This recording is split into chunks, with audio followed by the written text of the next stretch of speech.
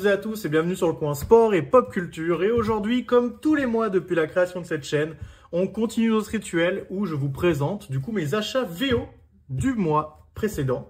Et donc là, en l'occurrence, je vais vous parler de mes achats VO du mois de février. On entame tout de suite du coup avec le deuxième numéro de Ultimate Spider-Man, qui est une série dont je vous ai parlé. Normalement, vous allez peut-être voir une sorte de timecode ou quelque chose qui va vous rediriger vers la vidéo. Là, on en est au numéro 2. Et j'ai beaucoup de gens dans mes commentaires ou même en privé qui m'ont dit oui, pourquoi tu fais pas numéro par numéro? Et en fait, c'est très simple, c'est parce que j'ai pas envie de toujours juste vous spoiler chaque épisode en vous montrant tout et tout. C'est pas très intéressant. Je préfère du coup vous faire le numéro 1 parce que c'est la sortie, c'est la nouveauté pour vous expliquer ce que j'ai pensé du coup du début, parce que souvent c'est le plus important, le début, pour nous donner envie de lire. Et après, je pense que je vais vous faire des chroniques par arc. Donc là, Ultimate Spider-Man, je vais attendre le numéro 5-6 pour vous faire le premier arc. Pareil pour Ultimate Black Panther, et ainsi de suite. Globalement, du coup, Ultimate Spider-Man, pour être quand même un peu succinct, vous donner un avis rapidement, c'est un très bon numéro. Alors, comme vous allez voir, on va voir le début du coup de Spider-Man, avec un costume du coup plutôt étonnant, parce que c'est pas un costume rouge comme on a l'habitude, mais c'est pas non plus ce que vous pensez, c'est-à-dire que ce n'est pas Venom, ou en tout cas pour le moment, c'est pas ce qu'on nous dit. Et globalement, c'est un numéro très sympathique, où il y a beaucoup de rebondissements, les personnages s'entendent beaucoup, on voit un Peter Parker très famille, beaucoup de relations entre les persos qui se développent. Donc ça continue sur la bonne voie. Il n'y a rien de transcendant dans le numéro 2, c'est vraiment un développement par rapport au numéro 1. Et vraiment, pour le moment, Ultimate Spider-Man 2, bah, c'est très cool. Ça continue d'être très cool. J'ai hâte d'avoir le 3. Pour le moment, le numéro Ultimate me plaît bien. Et d'ailleurs, en parlant du numéro Ultimate, on continue avec Ultimate Black Panther. Alors là, je vais pas vous faire une mini critique parce que je l'ai déjà fait. Pareil, vous allez avoir un timecode dans le coin. Et bah voilà, globalement, pour faire très succinct, le premier numéro est très cool. C'est très franchement étonnant parce que j'attendais rien de la série, pour être très honnête. Et au final, j'ai trouvé très sympathique. Donc voilà, je vous conseille Ultimate Black Panther aussi. Pour le moment, comme je vous ai dit, l'univers Ultimate, que ce soit Ultimate Universe, Spider-Man, Black Panther ou même Ultimate Invasion, qui sort en VF au mois de mars. Et je vous conseille de le prendre parce que c'est quand même relativement nécessaire pour comprendre le démarrage de cet univers-là. Bah, n'hésitez pas, en VF, il va sortir dans quelques semaines. Mais pour le moment, l'univers Ultimate, c'est cool. Ensuite, on enchaîne du coup chez DC Comics, parce que évidemment, moi, chez Marvel, je n'ai pas grand-chose, malheureusement. Et chez DC Comics, du coup, on continue une série que j'aime énormément, dont je vous ai parlé, qui s'appelle Poison Ivy. Donc là, vous pouvez voir la couverture régulière, et là, la couverture un peu collector qui brille aussi également, que j'aime beaucoup. C'est pour ça que j'ai prise. Globalement, ce qui est cool, c'est que là, on arrive dans une sorte, je sais pas comment expliquer, on va appeler ça une sorte d'origin story de quelque chose. C'est-à-dire, c'est pas que l'origin story du personnage en tant que tel, mais c'est une partie de son origine. Au niveau du dessin, on retrouve Marcio Takara, parce que c'est vrai que sur certains épisodes, il n'était pas là. Donc, on retrouve son trait un peu granuleux, qui à certains moments est un peu anguleux, un peu bizarre, notamment sur les visages et notamment ici. Ou je sais pas où, mais je trouve ça pas très super beau. Mais sinon, en général, j'aime beaucoup Marcio Takara. Je trouve que son trait s'y est vachement bien à la série et à son ambiance. Et comme vous pouvez le voir, on est ici sur un épisode un peu plus pareil dans le relationnel pour faire avancer l'histoire. C'est que la partie 1 de son origin story. Et comme je vous ai dit, Poison Ivy avec Nightwing et d'autres séries qu'on va voir plus tard. C'est une des meilleures séries qu'il y a en ce moment en comics VO, en tout cas que moi je lis. Et Poison Ivy, bah, c'est vraiment super cool. Ça existe en VF, je vous conseille de commencer si vous le souhaitez. Ensuite, je vais vous reparler du coup de Outsiders, car comme je vous le dis tous les mois depuis le début des mois, bah, Outsiders, c'est une série que j'avais pas du tout prévu de prendre. Et au final, chaque numéro est vraiment super cool. Ça se suit sans déplaisir. L'ambiance est à chaque fois très cool. Pour faire un rappel rapide pour ceux qui n'ont pas suivi les mois précédents, bah, en fait, c'est juste en fait Batwoman et deux de ses acolytes dont le fils ou le neveu, je sais plus, de Lucius Fox, qui du coup créent une équipe qui s'appelle les Outsiders pour faire des sortes d'aventures archéologiques dans des résidus, si vous voulez, du multivers qui est resté dans l'univers. Donc expliqué comme ça, c'est un peu bizarre. Mais grosso modo, en fait, elle doit aller résoudre des problèmes qui ont été laissés par des chocs entre le multivers dans son univers à elle. Et ce qui fait que ça vous fait plein de numéros qui sont indépendants les uns des autres et qui ont plein d'ambiances différentes. Vous avez le premier qui était un peu vraiment à la Indiana Jones, le deuxième qui était aquatique, le troisième qui était un peu plus Inception psychologique. Et là, vous avez ce quatrième là qui est un peu plus urbain. Donc non, vraiment, Outsiders, c'est cool, c'est frais, ça se lit sans déplaisir, c'est dynamique. J'aime beaucoup les dessins en plus. qui il me semble sont de Mike Carey, mais à chaque fois j'ai peur de me tromper. Donc j'essaie de vite trouver s'il y a le titre quelque part, et il n'y a pas, parce que je n'ai pas de chance. Mais globalement, voilà, c'est vraiment super cool. En plus, ça vous permet de voir les dessins, vous allez voir, c'est vachement, voilà, c'est vachement sympa. Et globalement, là, on va être sur l'un des rares où on commence à avoir une sorte de fil directeur vraiment qui commence entre les numéros celui-là et les suivants qui vont arriver. Outsider, c'est très cool, vraiment, j'ai peu d'espoir dans le fait que Urbanis sorte en VF, mais c'est bien dommage parce que vraiment, c'est une très bonne série. En parlant de très bonne série, on enchaîne avec Superman, qui vraiment est une série incroyable. Je sais que c'est dur à croire parce que souvent les gens aiment pas Superman, ils imaginent un personnage relou, chiant, barbant, boy scout. Très sincèrement, moi Superman, là ces derniers temps, ça doit faire bien 3 ans que c'est une super série. Que ce soit le run de Kennedy Johnson où on a un Superman gladiateur, puis ensuite le Superman qui revient, qui doit s'allier, enfin en tout cas s'allier à peu près avec Lex Luthor, et qui du coup lui construit des armures, avec plein d'artistes qui... Alors c'est dommage parce que parfois on a Redondo et parfois non, là par exemple il n'y a pas Redondo, mais même quand c'est pas Redondo, on a franchement des dessins qui sont très sympathiques, vous voyez, qui sont plutôt dynamiques, qui donnent vraiment envie en tout cas qui a une mise en page très énergique, et ce qui est vachement important quand même pour du Superman. Et vraiment, en tout cas, ça continue à être très cool. Les nouveaux méchants, en tout cas, les méchants qui sont mis en avant dans cette série sont plutôt sympathiques, même s'ils n'ont rien de super méchant, dans le sens ils n'ont pas des super pouvoirs de la mort qui tue la Superman, mais ça l'oblige à se dépasser intellectuellement et dans ses alliances. Donc c'est vachement bien. Je dois dire que sur ce numéro, si je devais être parfaitement honnête, je suis pas archi fan du trait de David Baldeón. J'aime pas trop ses visages en fait, à vrai dire. Je les trouve un peu bizarres, un peu... Je suis pas archi fan, mais en termes de découpage et d'ambiance, ça continue à être très punchy, très dynamique. L'histoire est vraiment super cool. Joshua Williamson, excusez-moi, fait vraiment un super taf. Donc je vous conseille toujours Superman. Et dans quelques mois, on va avoir un event qui va démarrer et qui va être super cool. Et j'ai hâte de vous en parler. Pareil, alors je vais faire une sorte de mea culpa, oui et non. C'est-à-dire que là, on est du coup au numéro 8 de Titan, qui se passe du coup après l'event Beast World. Donc l'event que j'ai conspué pendant des mois sur cette chaîne parce que il était insupportable dans sa manière de paraître. Parce qu'il fallait acheter plein de numéros, Beast World Metropolis, Beast World Gotham, Titan 7, Beast World 8, enfin bref. C'était très très chiant, on se retrouvait parfois à devoir acheter plus de quasiment 30 € juste de Beast World pour avoir l'histoire au complet. Et je vous avoue que c'était vraiment très chiant, et ça je maintiens, c'est vraiment très chiant. Mais par contre, pour avoir lu l'event Beast World, bah écoutez, c'est quand même vachement cool.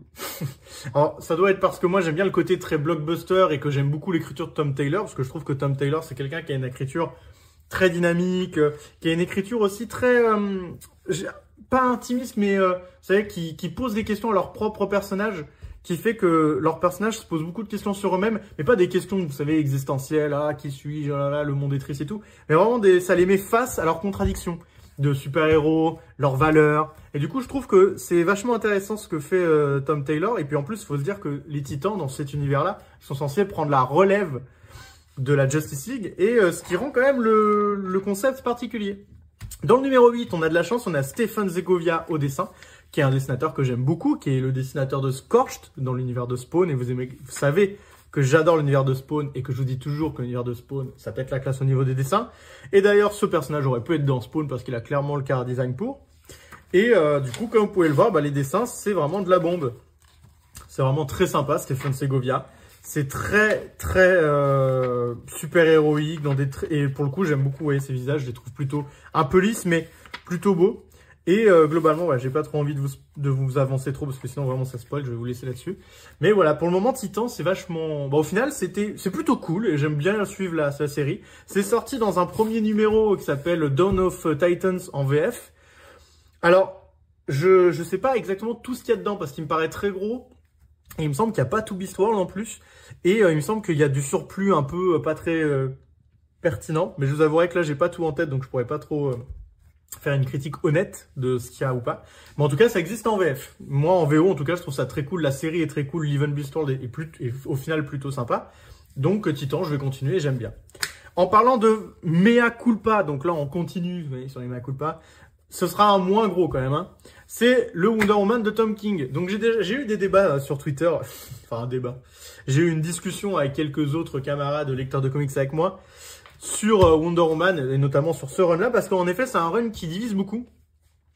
Parce que, alors effectivement Tom King essaie de nous parler, de nous donner de nous donner un message qui est déjà pas très subtil, mais qui en tout cas est un message clair et fait quelque chose du personnage de Wonder Woman, ce qui est vachement intéressant. Il l'utilise vraiment pour nous transmettre un message résolument moderne sur notre époque, sur ce que représenterait Wonder Woman dans notre époque et tout ça, et c'est vachement cool.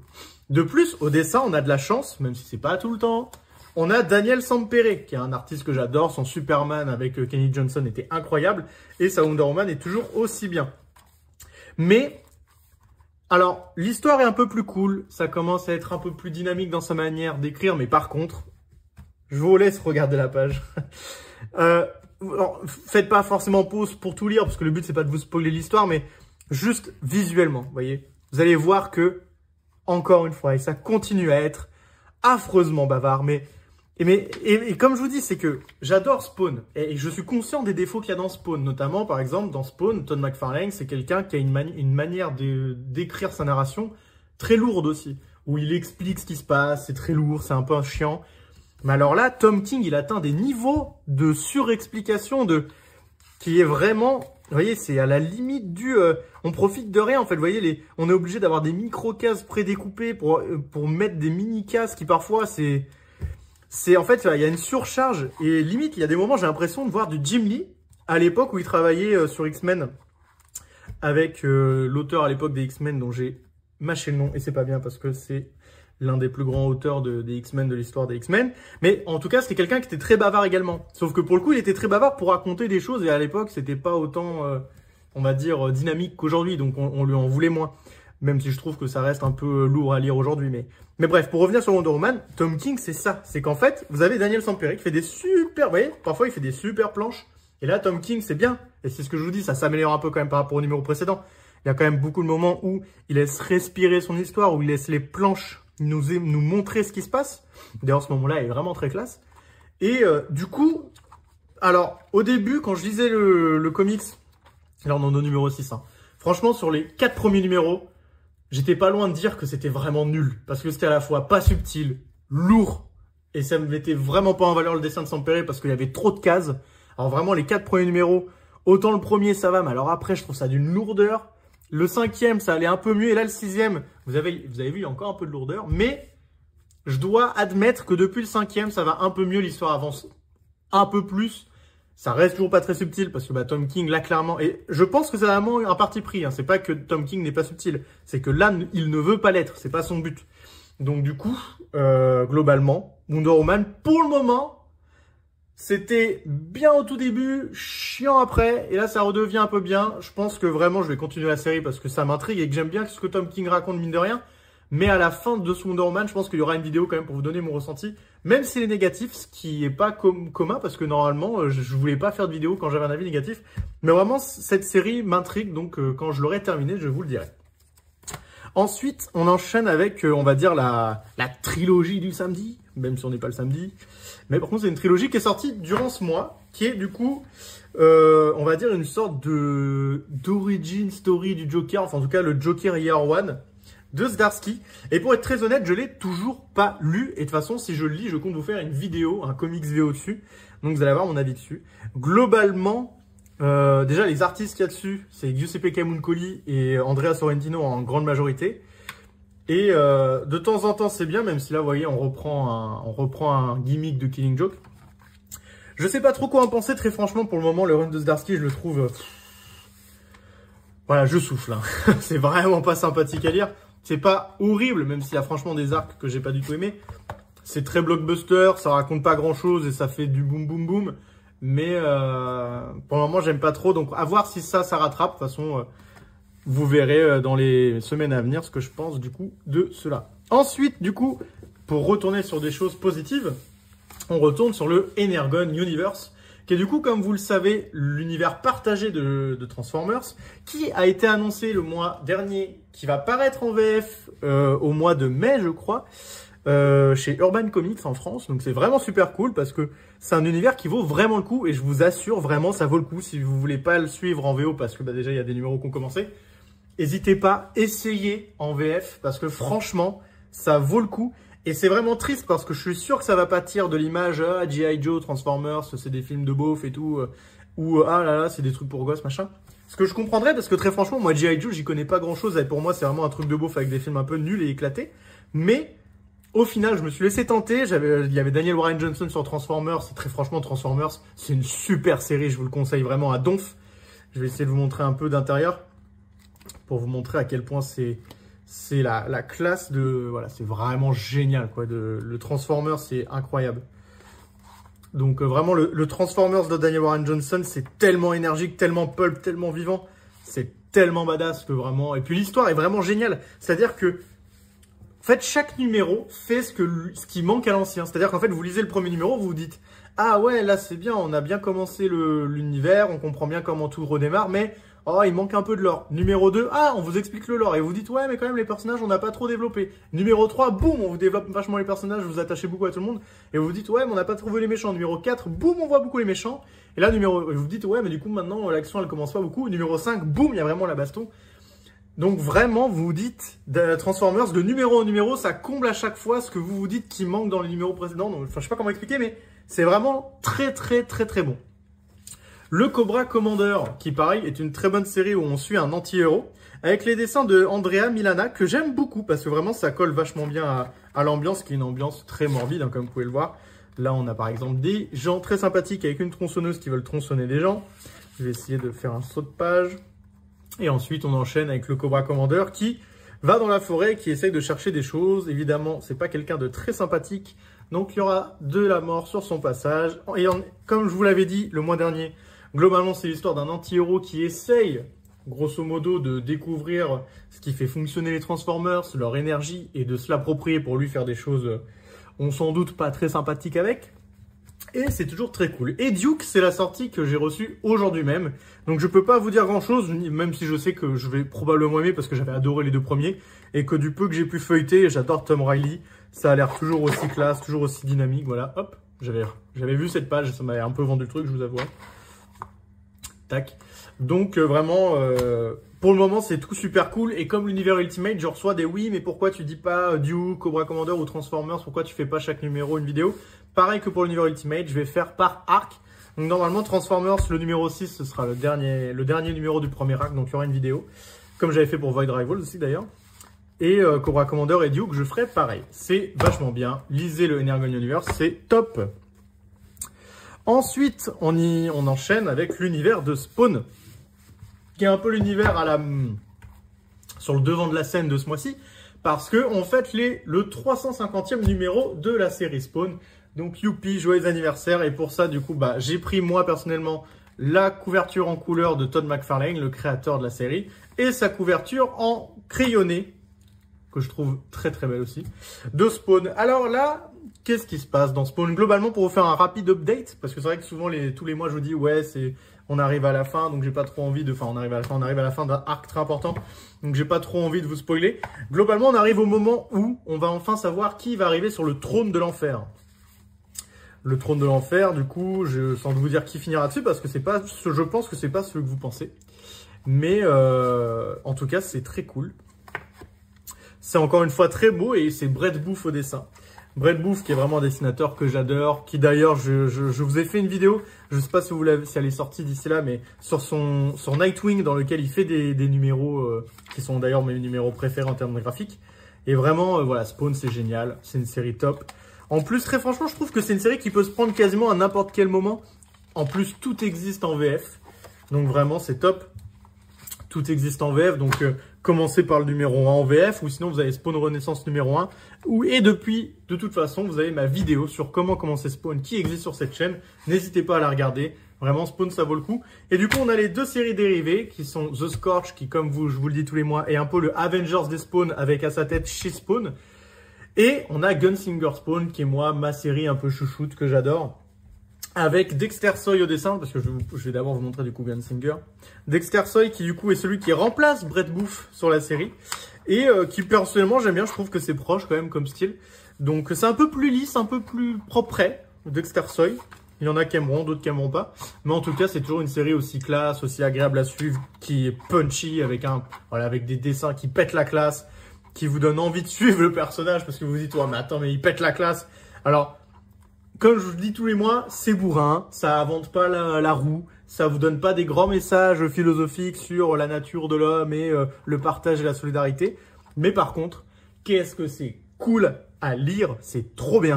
Ça se lit trop bien, c'est un page turner, c'est pas bavard, mais en même temps, ça vous explique ce qu'il faut. Il y a des relations quand même sympas, parce que le Gunslinger Spawn, il va croiser plein de persos, vous allez quand même vous attacher à lui, et d'ailleurs aux persos secondaires, vous allez voir. Et l'histoire est vraiment top, et vous avez besoin de lire rien d'autre pour moi. Vraiment, vous lisez juste Gunslinger Spawn, ça existe en VF, vous avez le tome 1. Vous lisez juste ça, c'est génial, c'est super cool, les dessins sont top, et vraiment, vous allez passer un super moment à le lire. Donc je vous conseille, comme tous les mois, lisez Gunslinger Spawn. D'ailleurs, avec une belle couverture de Raymond Gay, il me semble. Ouais, c'est ça. Hop, et maintenant, on va vous rapidement montrer ce Scorched avec les dessins de Stephen Segovia qu'on a pu voir tout à l'heure, je ne sais pas si vous vous souvenez, sur une autre série, que je vous ai dit que j'aimais beaucoup son dessin, et que d'ailleurs, ça faisait très Spawn, son dessin. Et on continue du coup sur The Scorched, où du coup, là, on a une sorte de petit flashback, et vous allez voir qu'encore une fois, comme je dis tous les mois, Spawn, niveau dessin, c'est vraiment intestable, c'est toujours beau, c'est toujours la classe internationale, c'est toujours agréable à suivre. Pareil, alors, c'est un peu particulier parce que là, on arrive, comme on arrive au numéro 350 sur Spawn, globalement, The Scorch commence à s'entremêler avec la série Spawn principale pour arriver du coup au dénouement du numéro 350. Mais c'est toujours aussi bien à suivre, c'est très sympa. Et vous remarquerez qu'il n'y a pas de King Spawn ce mois-ci. Il devait sortir aujourd'hui même, qui est du coup le 28 février. Mais malheureusement, il a été reporté. Et on termine avec un comics dont je ne sais pas trop quoi penser. Et je pense que je vous ferai une vidéo quand je l'aurai bien relu à froid. C'est Edenwood de Tony Daniel. Donc Tony Daniel, faut savoir, parce que bon, ça fait plusieurs mois que je vous présente tous les numéros d'ailleurs. C'est un artiste que j'adore, que je trouve le dessinateur en lui-même trop bien. J'adore ses dessins, il avait fait du Batman, il avait fait Noctera avec Scott Snyder. Et moi, personnellement, c'est une série que j'aime bien, même si je sais que les gens n'aiment pas trop Scott Snyder. Mais par contre, Tony Daniel, tout le monde est unanime pour dire que le dessin est très bien. Et comme vous pouvez voir, le dessin est très très bien. Là, on arrive sur le dernier numéro de la série. Et c'est vrai que jusqu'à maintenant, je dois vous avouer que j'avais un peu de mal avec Edenwood. J'avais beaucoup aimé le premier. Et je trouve que tous les numéros d'après étaient très fouillis. J'ai pas encore lu le numéro 5, donc je vous laisse que sur cette page pour pas trop vous en dire, parce que comme je l'ai pas lu, je sais pas encore où est-ce que ça va. Mais globalement, je pense que je vais tout relire d'un coup. Parce que c'est vrai que lire épisode par épisode, c'est peut-être pas le plus pertinent pour comprendre l'histoire. Parce que globalement, comme on les lit tous les mois et que j'en lis plusieurs, j'oublie quelques petits pans de l'intrigue et tout ça, tout ça.